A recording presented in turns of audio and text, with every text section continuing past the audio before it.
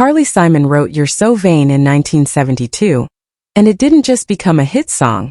It became a cultural obsession. The single went to #1, but the mystery wrapped inside it drove Hollywood and fans slightly mad. For more than 50 years, Simon fed the curiosity with hints and half-truths. She confirmed that Warren Beatty inspired one verse, teased connections to David Geffen, and guarded the rest like a locked diary. What she eventually made clear was that the song was never about one man. It was about several relationships overlapping in time, one affair during her marriage, one involving the man singing backup vocals, and another name she only ever whispered. The power of the song came not just from its sharp lyrics, but from how closely it mirrored her complicated emotional life. Carly Simon was born on June 25, 1945 in New York City, into a world that looked privileged but felt unstable. Her father, Richard L. Simon, co-founded Simon & Schuster, and her mother, Andrea, was both a jazz singer and a civil rights activist. Their home in Riverdale was filled with music, art, and political conversation, but also with tension. Carly grew up alongside her siblings Joanna, Lucy, and Peter, all of whom she adored and would later lose to cancer, a grief that never left her. Her parents argued often, and rumors of her mother's affairs lingered in the house, shaping Carly's early understanding of love as something both beautiful and unreliable. Her childhood fractured further when she was 7 years old. Over several summers, the teenage son of family friends sexually assaulted her. At first, he targeted her older sister, then turned his attention to Carly. When she tried to tell her sisters, they dismissed it as attention-seeking. Her mother banned the boy from the house briefly, but the damage had already been done. Carly later described the experience as heinous, something that stole her innocence and distorted her understanding of intimacy. To survive, she tried to romanticize what happened, a coping mechanism that later seeped into her songwriting with startling honesty. Around the same time, Carly developed a severe stammer. By the age of 5, speaking became painful and frustrating. Therapy didn't help, but her mother suggested singing her words instead. Rhythm freed her voice in a way speech could not. Around the dinner table, Carly would sing her requests softly, tapping out a beat. Music became the one place where fear couldn't reach her. Even as an adult, the stammer returned under stress, but the rhythm that saved her as a child never left.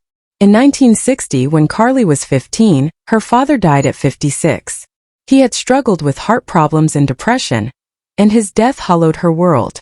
She recognized his sadness in herself and carried that awareness into adulthood. Music became a way to process grief she didn't yet have language for. Martha's Vineyard offered her a rare sense of peace. Family trips there felt like escape, and the island later became her refuge, a place where many of her lyrics quietly took shape. By her early teens, Carly was writing songs to cope with loneliness and anxiety. Panic attacks began at 13, intensifying after her parents' divorce. She won a school talent show at 16, and the applause felt briefly healing, but depression and stage fright followed her everywhere. She enrolled at Sarah Lawrence College in 1963, but dropped out within a year, unable to manage the anxiety. Leaving college gave her freedom, but also forced her to confront herself more directly. In the mid-1960s, she formed the Simon Sisters with Lucy. They recorded an album and performed widely, giving Carly discipline and confidence, even as stage fright persisted. When Lucy married in 1967, the duo ended. Carly moved to London, absorbing the creative energy of the city and studying songwriters who were redefining folk music. She had already tasted disappointment when an early solo deal collapsed unexpectedly, teaching her how unforgiving the music industry could be. She supported herself waiting tables in Greenwich Village, filling notebooks with lyrics about heartbreak and confusion. Everything changed in the early 1970s. She signed with Elektra Records and released her debut album in 1971. Her first hit, That's the Way I've Always Heard It Should Be, challenged traditional ideas of marriage and climbed into the top 10. In 1972, she won the Grammy for Best New Artist, surprising critics and proving that confessional songwriting resonated deeply with listeners. Her momentum continued with the album Anticipation, but it was no secrets in late 1972 that transformed her career. The album went to #1, and its raw sound reflected emotional upheaval in her life. During the same sessions at Trident Studios in London, You're So Vain took shape. Mick Jagger happened to be there, dating her sister at the time, and contributed uncredited backing vocals. The chemistry energized the track. When the song was released in January 1973, it exploded, selling over 1 million copies and fueling endless speculation. Simon confirmed years later that each verse referred to a different man.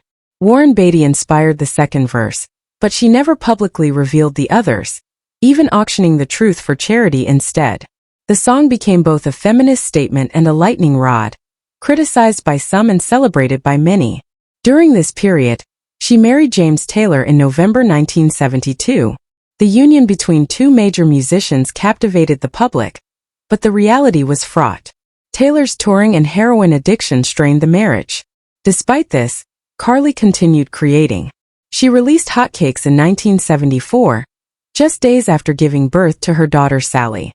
Joy quickly turned into postpartum depression, which she later spoke about openly, long before such conversations were common. Her career evolved through the mid-1970s, marked by experimentation and criticism. Media scrutiny over her body image contributed to an eating disorder, which she transformed into songs that confronted shame and vulnerability. The late 1970s brought renewed success with Boys in the Trees, featuring You Belong to Me, while her marriage quietly unraveled. By the early 1980s, Carly was redefining herself musically and personally. She divorced James Taylor, explored new sounds, and released deeply emotional albums that critics admired even when sales lagged. A devastating betrayal followed when her business manager stole millions from her, forcing her to rebuild her life from scratch. Still, her legacy endured. Nobody Does It Better became one of the most iconic Bond themes ever recorded. In the late 1980s, she returned to the charts and achieved a rare trifecta with Let the River Run, winning an Oscar, Grammy, and Golden Globe. Her later years were shaped by advocacy and loss. She survived breast cancer, raised awareness, and poured grief into reflective albums. She lost all her siblings by 2007 and processed that pain through therapy and art. Her memoir revealed the depth of what she had endured. Even into her later life, Carly Simon remained a keeper of mystery. New clues about You're So Vain surfaced through whispered vocals and subtle confessions, keeping the song alive for new generations. By her 80s, living quietly on Martha's Vineyard, she continued to create in new ways. Her story endured because it was never just about fame or a hit song. It was about a woman who turned pain, secrecy, and honesty into music that refused to fade.